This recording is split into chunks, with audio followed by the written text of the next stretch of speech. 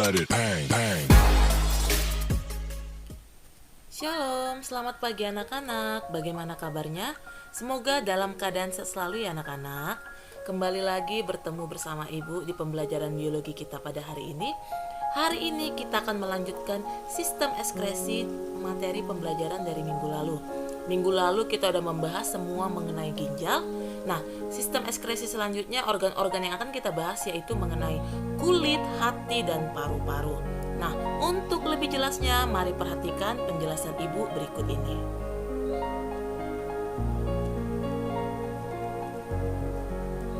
Yang kedua, organ ekskresi yang mau kita bahas yaitu mengenai kulit atau integumen. Nah, di sini bisa kalian perhatikan ini adalah struktur kulit yang Ibu kasih lengkap dengan gambarnya beserta dengan bagian-bagiannya. Penjelasannya, perhatikan semua. Kulit adalah lapisan jaringan pelindung paling luar pada tubuh manusia. Nah, fungsi kulit antara lain yang pertama berperan sebagai organ ekskresi, yaitu mengeluarkan lemak dan keringat yang mengandung air, garam, urea, serta ion-ion seperti natrium. Yang kedua, fungsi kulit adalah perlindungan. Perlindungan dari apa? Dari mikroorganisme, radiasi sinar matahari, serta gangguan mekanik. Yang ketiga, fungsi kulit berperan sebagai pengaturan suhu badan atau suhu tubuh. Yang keempat, metabolisme, yaitu untuk menyintesis vitamin D dengan bantuan sinar matahari dan menyimpan lemak sebagai energi cadangan. Yang kelima, peran atau fungsi kulit adalah sebagai komunikasi. Maksudnya adalah menerima stimulus atau rangsangan dari lingkungan oleh reseptor kulit. Selanjutnya kita akan membahas lapisan-lapisan kulit. Kulit terdiri dari 3 macam lapisan. Yang pertama itu adalah lapisan epidermis atau biasa kita sebut dengan lapisan kulit ari. Epidermis adalah sebuah lapisan kulit yang paling luar dan sangat tipis. Lapisan epidermis terdiri dari 5 bagian. Yang pertama yaitu stratum corneum, merupakan lapisan epidermis paling atas dan terdiri dari lapisan sisik dari sel-sel yang tidak hidup atau sel-sel mati. Yang kedua, stratum lucidum adalah lapisan jernih dan transparan, terdiri atas lapisan sel-sel pipih yang tidak berinti. Yang ketiga, stratum granulosum, yaitu lapisan sel-sel bergranula yang merupakan prekursor dalam pembentukan keratin. Yang keempat, stratum spinosum, merupakan lapisan sel-sel spina atau tanduk yang memiliki tonjolan penghubung intraseluler.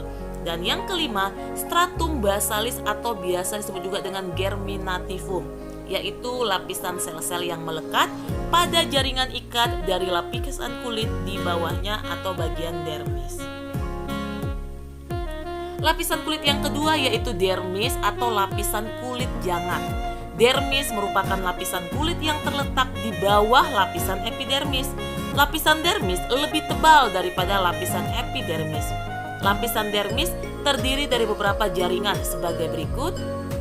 Di sini ada saya kasih tabelnya. Ada pada jaringan lapisan epidermis yang pertama itu ada pembuluh kapiler. Biasanya berfungsi untuk menyampaikan nutrisi pada akar rambut dan sel kulit. Yang kedua, kelenjar keringat. Ya seperti biasa nama juga kelenjar keringat berarti menghasilkan keringat.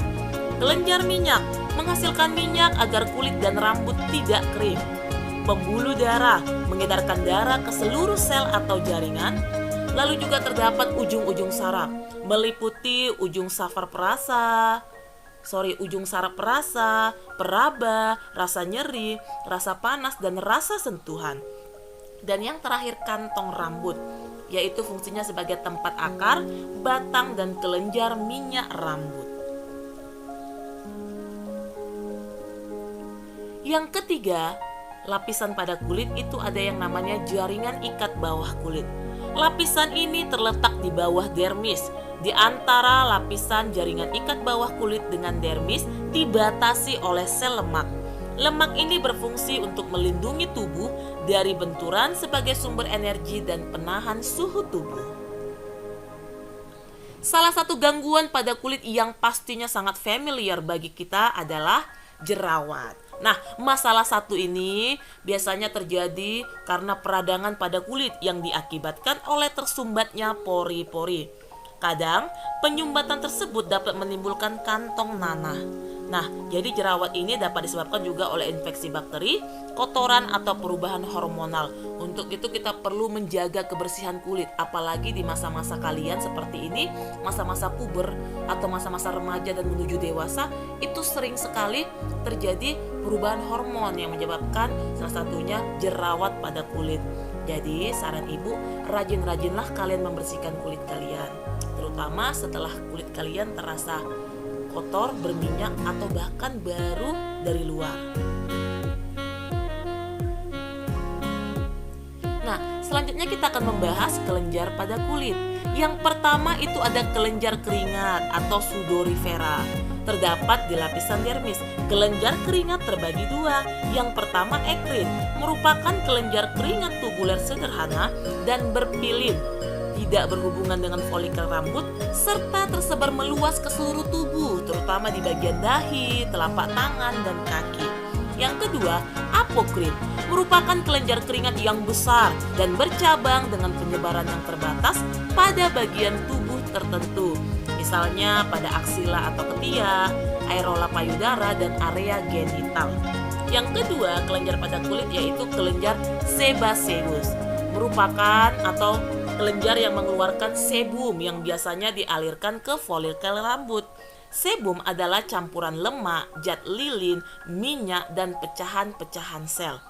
Sebum ini berfungsi sebagai pelembut kulit, bakterisida, dan pertahanan terhadap evaporasi.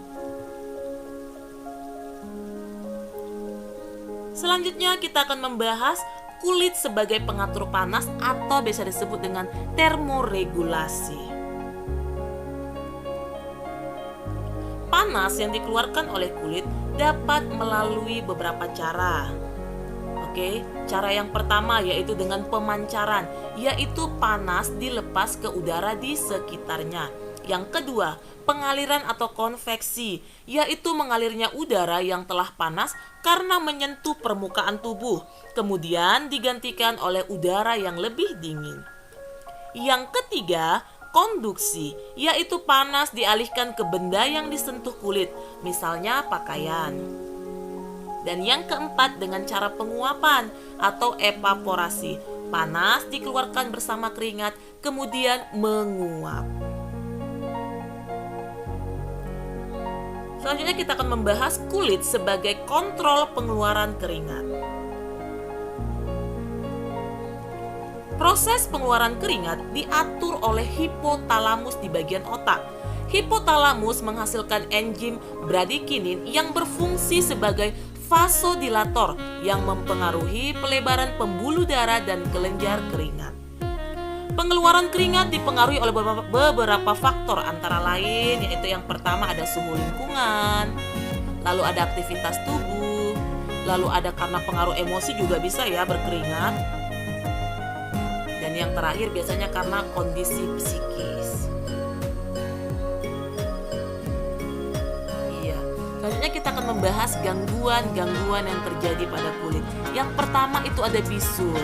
Bisul adalah infeksi kulit berbentuk benjolan kemerahan, dapat membesar, disertai rasa nyeri, berwarna kemerahan, dan berisi nanah. Yang kedua, gangguan pada kulit itu adalah eksim atau dermatitis.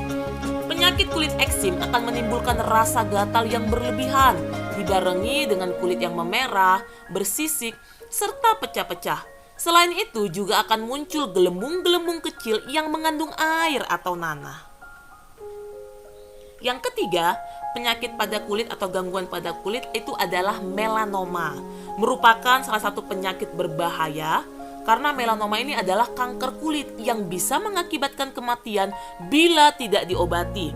Melanoma akan berisiko bila muncul pada bagian leher atau bagian kulit kepala.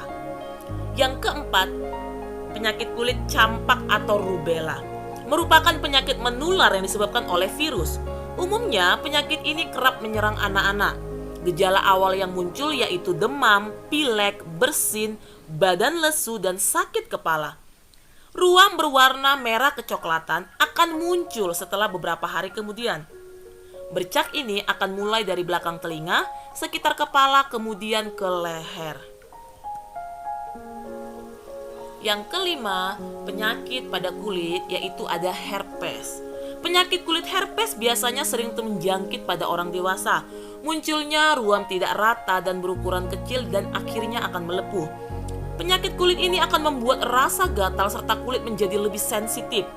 Biasanya, herpes akan sering muncul di bagian kulit yang lembab, seperti lipatan paha, bokong, atau bagian tubuh lainnya.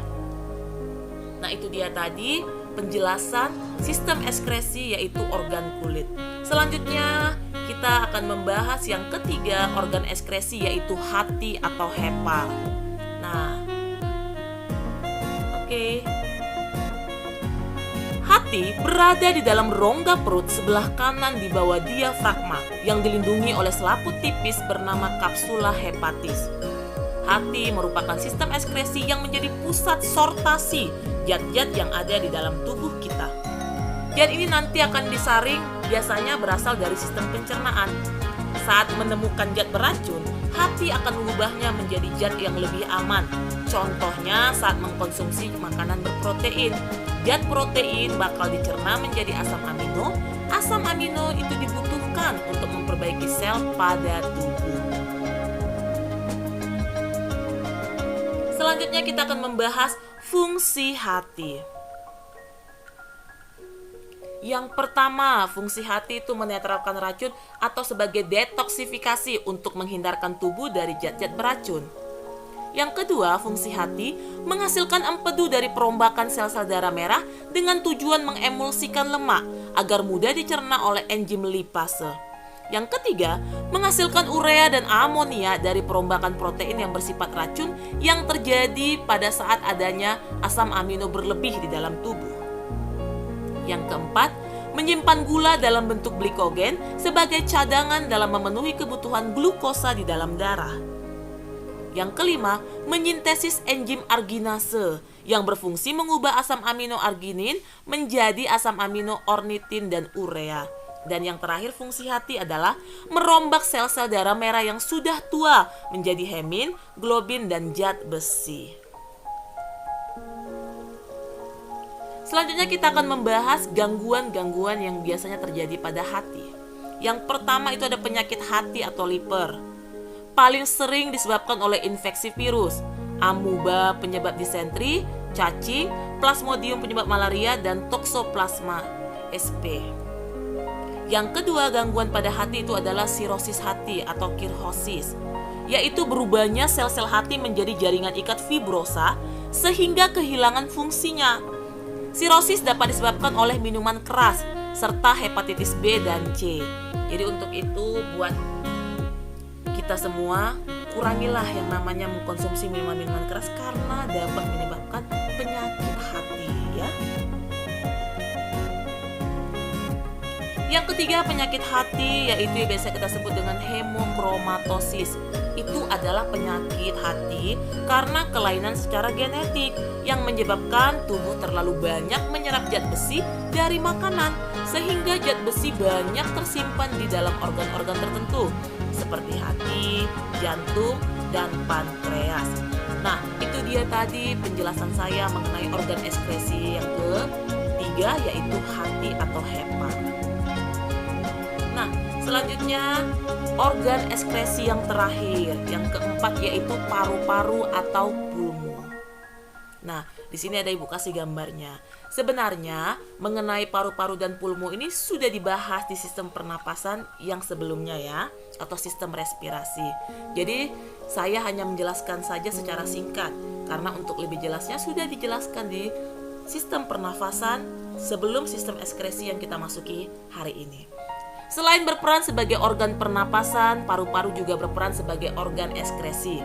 Dalam menjalankan peran keduanya tersebut, paru-paru memiliki fungsi untuk mengeluarkan sisa metabolisme yang mengubah karbon dioksida dan air. Nah, itu dia tadi mengenai penjelasan Ibu mengenai organ ekskresi paru-paru. Untuk lebih jelasnya sudah dijelaskan ya di sistem respirasi atau sistem pernapasan yang sebelumnya. Baiklah anak-anak, cukup sekian dan terima kasih atas perhatiannya. Mudah-mudahan apa yang telah kalian dengarkan dari video pembelajaran mengenai organ-organ ekskresi pada manusia hari ini, kalian bisa memahaminya, mengerti, dan bisa kalian pindahkan ke buku catatan kalian, tulis yang rapi. Jika ada yang tidak dipahami, silakan bertanya kepada guru biologinya masing-masing ya anak-anak ya. Tetap jaga kesehatan, tetap banyak makan makanan bergizi, selalu memakai masker jika kalian keluar rumah, dan yang paling utama, menghindari kerumunan. Oke, rajin mencuci tangan. Oke anak-anak, sampai jumpa di pertemuan kita selanjutnya. Tetap semangat, selamat beraktivitas. Tuhan Yesus